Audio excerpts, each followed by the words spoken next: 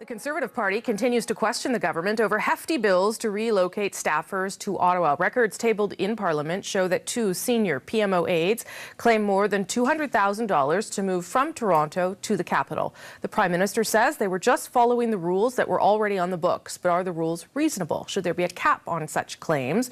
Or would that turn away talented people from the public service? Joining me now from the foyer of the House of Commons, Ontario Liberal MP Marco Mendicino, Alberta Conservative MP Blaine Calkins, and NDP House Leader Peter Julian. Nice to see you all, gentlemen. Nice to see you, Rosie. Okay, Marco Mendicino, I get that there are rules and you follow the rules, but just because you can claim something, does that mean you should? Well, look, let me begin by saying that listening to the opposition, there's more than a hint of the politics of personal attack, which is really unfortunate, given that the people that we're talking about are hardworking public servants who are dedicated to try and help Canadians. And when we're talking about the relocation of these individuals, we're not just talking about the people, we're talking about the families as well. And so as a young father, and I think my colleagues can relate, it's not easy to uproot your family. You're talking about often your spouse having to change jobs, your children having to change schools.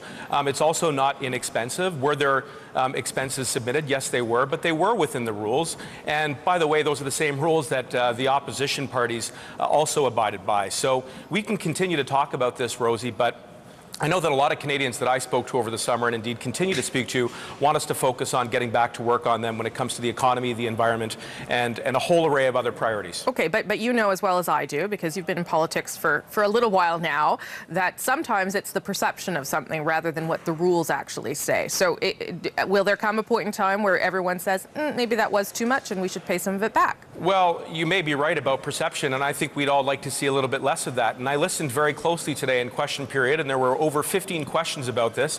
And as I said before, I think there are a lot of Canadians who want us to be focused on the economy. And so it's really disappointing that we didn't secure the opposition support on giving a tax break to 9 million Canadians or on the Canada Child benefit. And we are starting to see a net benefit on those policies. And I think that matters a lot. Yeah, but if you're trying to defend the middle class and offer them tax breaks, and at the same time you're allowing one senior aide to claim $126,000 in moving expenses, aren't you sort of talking out of both sides of your mouth?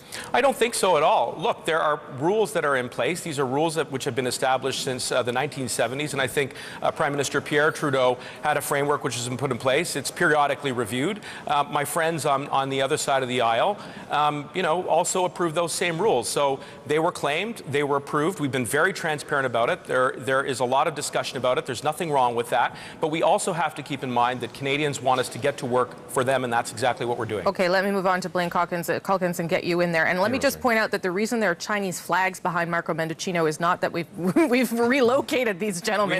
We had a visitor today. Yeah, the true. Chinese premier was in the foyer, right. So that's why those flags are there. Okay, Blaine Calkins, what do you make of compensating people for legal and real estate fees? It is true, they're taking these jobs, they have to relocate their families.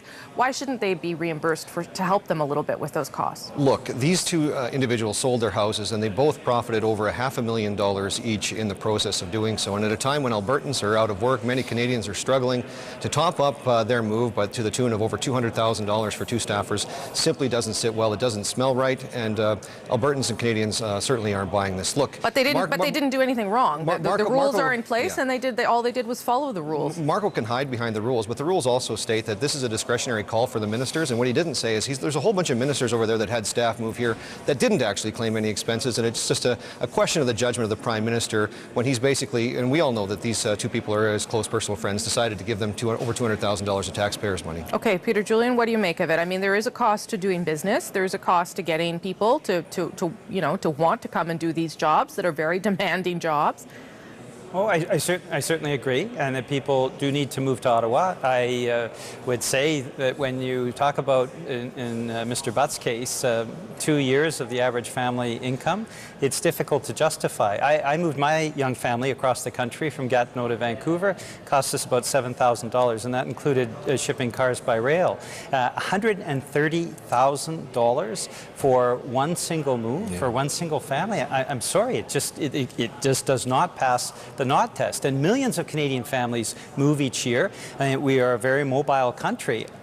I've never heard from friends or family or anybody in my community, anybody claiming anything close to that kind of amount. You've never heard of someone who 130,000? works in a private company getting that kind of money? Because if you look at realtor fees, legal fees, land transfer tax, that money adds up I think you make up to $125,000 pretty quickly, no? I've not heard of that, and I think most Canadians would say $130,000 being compensated is excessive. There's simply no way to justify that, particularly when somebody makes an extremely high profit on the selling their home. So I think if the rules are being followed, the rules need to be changed, because it just isn't something that I think most Canadians would say is reasonable, given our economic circumstances and what most Canadians live through. Okay, so what should the rules then say, Mr. Julian? Should there be should reasonable be caps? There should be a reasonable cap, and in this particular case,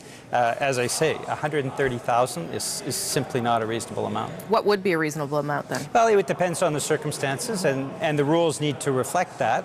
In the case of somebody who has sold their home at a profit, I think the cap is in a different set of circumstances than somebody moving from right across the country from British Columbia, for example. Okay, Marco Mendocino, you want to get in there? Yeah. Well, sure, I do, because notice the ambiguity. My friend rightly is a little bit cautious about giving you a hard ceiling cap, precisely because I think it refutes his original answer to you, which is that somehow this is beyond the pale, and that there are no instances out there whatsoever in Canada where relocations have been in the ballpark. And I would add as well that, you know, when Blaine refers to Albertan Canadians, this government provided $250 million in stimulus to that province, which is suffering a very fragile recovery, and we're doing what we can to help those individuals, provide a little bit of support to them while they transition. So, but isn't the problem here, Marco Mendocino, that instead of talking about those things that you would like to talk, you are forced to defend the actions of two senior PMO aides who okay, we're following the rules, but you... There's a document out there. We're having a conversation about it, but we also have to work on helping Canadians, and those are priorities as well. Would you put caps on? Are the rules going to be looked at, reviewed, examined? Well, that's not a decision for me to make right now, Rosie. My friends may take a different position, but ultimately we have a set of rules, and they were followed. The expenses and the reimbursement claims were made within the parameters of the existing rules. Okay, Blaine, over to you.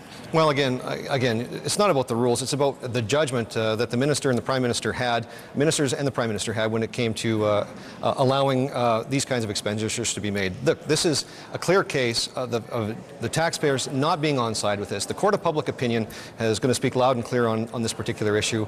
They don't think that their money should be used. This is not a private sector. This is taxpayers' dollars being used. This is money out of the pockets of hardworking Canadians going to pay two people who got over $500,000 each from the sale of their home to move a little ways down the 401. Okay, but why does that matter? Why does the fact that they lived in homes in Toronto, which is one of the hottest realtor markets in the country, and made a profit out of their homes, why does that matter when they were asked to move for jobs? Well, how is that relevant to this conversation? Look, I think the average taxpayer could understand that if a person was forced to move with the RCMP or forced to move as a part of their military, these people made a choice. The Prime Minister made a choice as to who he's going to hire. These people made a choice to accept the job. They understood that there was going to be a move involved, and we thank the people who come to Ottawa to work on behalf of Canadians, but it's about coming to work to serve Canadians. It's not about coming here to serve yourself. Except all of you get money to live in apartments and condos and everything else as part of your job. Yeah, we do. We have moving expenses once in our political career. I moved once. I think it was about $5,000. No, but you also have help when you also have living expenses that are covered while you're in town. Yeah, we do, and so will the chief of staff and any other staff that are coming in from out of town. Look, this is not a question of whether or not everybody has access to these privileges. It's about how you choose to use those privileges, and when you abuse the privileges and you abuse the taxpayer, that's what the taxpayers can't stand. Okay. And that's what we have in this particular case, Marco. If you'll allow me to finish. Okay, Peter Julian. Well, we're talking about a move that was a few hours down the road. As I say, I moved across the country for a fraction of that cost. And despite the fact that some people will say, well, all of these costs should be reimbursed no matter what the limit is. That's the Liberal position, is there should be no cap. I think what is a sensible policy is to have it related to how far the person is coming from. British Columbia or Newfoundland Labrador is obviously further.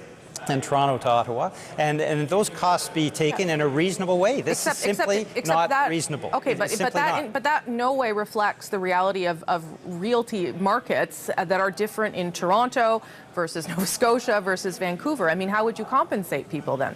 Well, as I mentioned, it depends on how far you come, and it also depends on what the market situations are. In this case, we're talking about people that pocketed a substantial benefit from the sale of their home. And so when I look at that and I look at the incredible costs that taxpayers picked up at a time when seniors are living in poverty and families are really struggling to get by, it is difficult to justify 2 years of what an average family earns. And remember, Rosemary, there are millions of Canadians that are moving this year, and they're not racking up costs like this. They're not racking up $130,000 to move, because if they did, we would have an economic crisis. They're being smart with their dollars, and when they move, they are trying to minimize expenses. I totally get you, but I totally get you. But the point I'm not sure I understand in terms of logic is why it matters that they, had expensive homes and made a profit from the sale of their homes. I think all of those things need to be taken into consideration for the rules when we talk about caps on what can actually be reimbursed to people, and I just don't think $130,000 is justified. Okay, Mark, and I don't think I think most Canadians would agree. Okay, it's $126,000 for one staffer. To be fair, Mr. Mendicino, if the government's being so transparent about this, why won't the Prime Minister's office confirm who the money is attached to? Well, look, there are some reasonable limitations to how much disclosure needs to be made, and I think because there are also privacy considerations in place, and always when there are inquiries, there is a balancing of the public's right to have access to certain information. But it's the public's money. Why can't they confirm who the money is with? Well, yes, but what I'm saying is that there are also some privacy concerns which are in play, and I think most Canadians understand that whenever we're talking about disclosure or access to information, that it's not just a one-sided analysis where you just look at access. You also have to take into consideration the people who are in play, and I just want to underline that word, because while my friends sort of engage in a lot of hyperbolic talk, and I think it implied a lot of what Peter is saying, is an admission that reasonableness is dictated by the facts and circumstances of the move. And so we have a set of rules within which we operated. There's no dispute about that, and we need to continue doing the hard work that Canadians want us to do. Okay, gentlemen, good conversation. Thanks, I appreciate the debate. Thank you all very much. Thanks, and we'll, again, the Chinese flag's not because we've moved you somewhere, because we had a visitor. Thanks. Marco Mendicino, Blaine Calkins, and Peter Julian. Thanks, Rosie. All right.